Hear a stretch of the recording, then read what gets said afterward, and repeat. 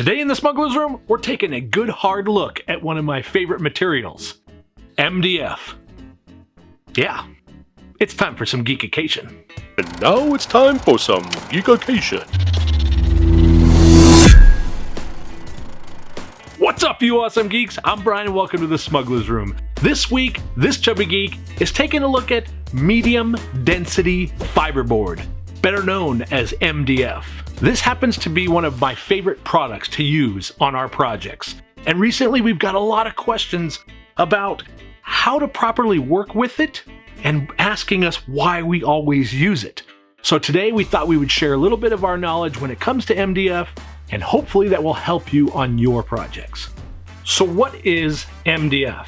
Well, essentially it's the byproduct of industrial milling. So think of all the sawdust and bits that are created during the milling process. They take all of those shavings and sawdust and they compact them with resin and wax into forms, sheet forms. Then with high heat and pressure, they're able to compress this down to a hard structure. They'll run them through big sanders, and that's how you get this perfectly smooth finish across the front and back. And if you look at a piece of MDF, you can actually see the tiny grains along the side. Now, when you go to the store to look for MDF, you're going to see several different flavors and sizes. Some of them are a light tan, like this, and others are a darker brown. The different composites or chemicals they use to compress these together will give you a little bit of a different shade. You can go to the big box store in your area and find out exactly what sizes they have. Now I want to talk to you about all the pros and cons that we find with MDF. Okay, so first up is the advantages. And the first on my list of advantages is the dimensions.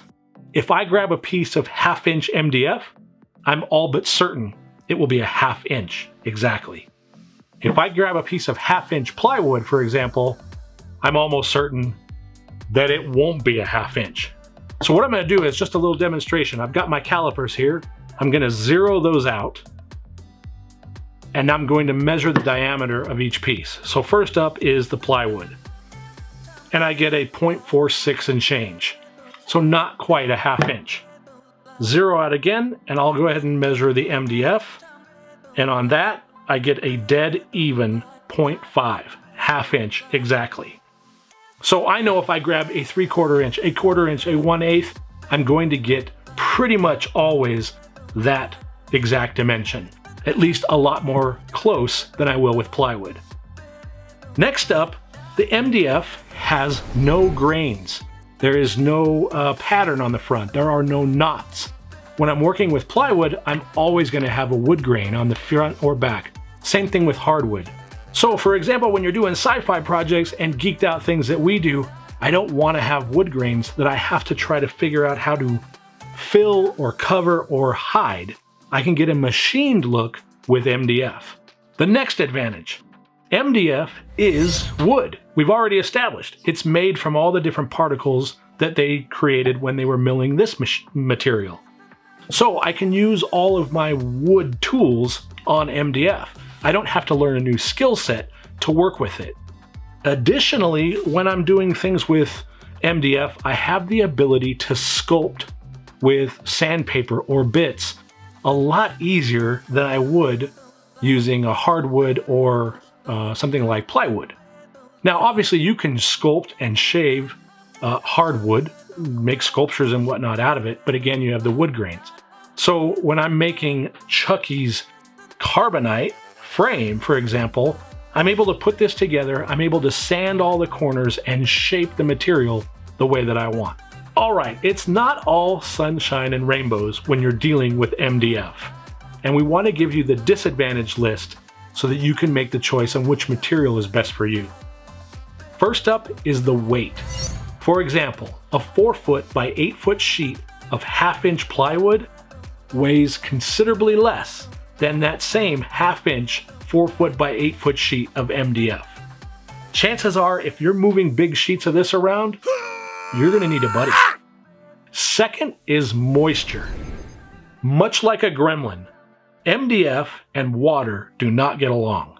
If this gets wet, it's going to swell up like this guy. water is not its friend. Now, that's probably true for most woods. Getting them wet isn't ideal, but MDF doesn't respond at all. So if you're in any environment where there's going to be considerable moisture, this isn't the one you're going to want to use. Next on my list is the resilience.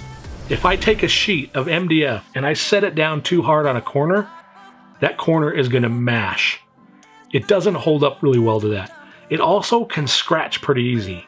Now, the scratches you could fill and buff out and take care of it, but a lot of damaged corners aren't awesome. That holds up a lot worse than plywood or hardwood. Finally, the worst part is the dust factor. MDF dust gets everywhere, and I mean everywhere, and it's really difficult to deal with.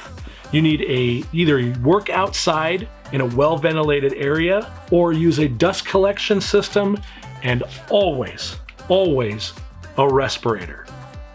Now, I'm guilty of not wearing the respirator as much as I should, but the biggest problem isn't just the dust, it's that this stuff contains formaldehyde. Oh, gross! I don't know about you, but formaldehyde in my lungs doesn't sound like a great combination. Now, I will tell you there is one aspect of MDF that is more challenging than all the rest, and that's the fact that this sucks up moisture worse than the Tatooine Desert. This is specifically true when dealing with any cut edges where you have exposed fibers. I can tell you that if you do not treat and seal the MDF, your project will not come out looking the way you want it to. So the question is, how do you seal MDF? Well, the first thing we need to do is treat those cut edges. And to do that, we're going to use this, Drydex. What? I know what you're thinking. Drydex, that's wall spackle. I use that to cover up the holes from my posters on the walls of my rented apartment in college. Very true. However, if you take Drydex and mix it with a little bit of water to thin it out and apply that to all of your cut edges of MDF, you will help create a barrier, a seal that is going to protect it from sucking up a lot of the moisture. The cut edges of MDF are always a mess because that's when you expose those fibers. I have two different types of methods that I use personally to seal my MDF. The first up is easy. It's a spray-on lacquer. This particular brand is Minwax, and it happens to be the one I use the most of. They have several different types, gloss, semi-gloss, and this one here particularly is a clear satin finish. Some of these you have to sand after the application, others you do not. The beauty about this is it literally is simple. You spray it on just like a rattle can spray paint. Now, as great as this stuff is, there is a disadvantage. It's around $9 a can. So you can imagine on a medium to large scale project, it's not going to be very affordable. You'd go through a lot of those cans. So we need an alternative way to seal large projects. Enter sanding sealer. What I love about this is it's a water-based sanding sealer, so it's low on the fumes. You apply it with just a regular old paintbrush and you put a full coat across your entire project. Once it's fully cured, you can go in and sand it. You sand it back down and then apply a second coat. The downside of this water-based sanding sealer is the amount of times you have to sand and reapply. For our Chucky and Carbonite box, for example, I did this 4 different times before I got the result I was looking for. That said, at the end, the outside structure and all the cut seams combined with the Drydex were hard as a rock.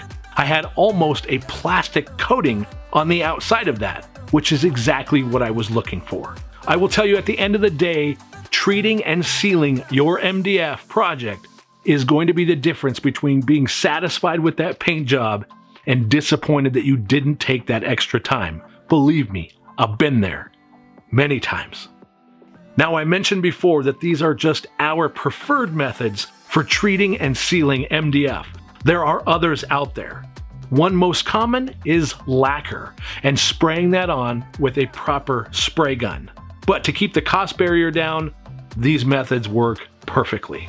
Now, my friends, I have worked with MDF in our projects for years, and many people have reached out to me telling me how much they dread working with it because of the weight, the dust, and the amount of work that goes into preparing for paint.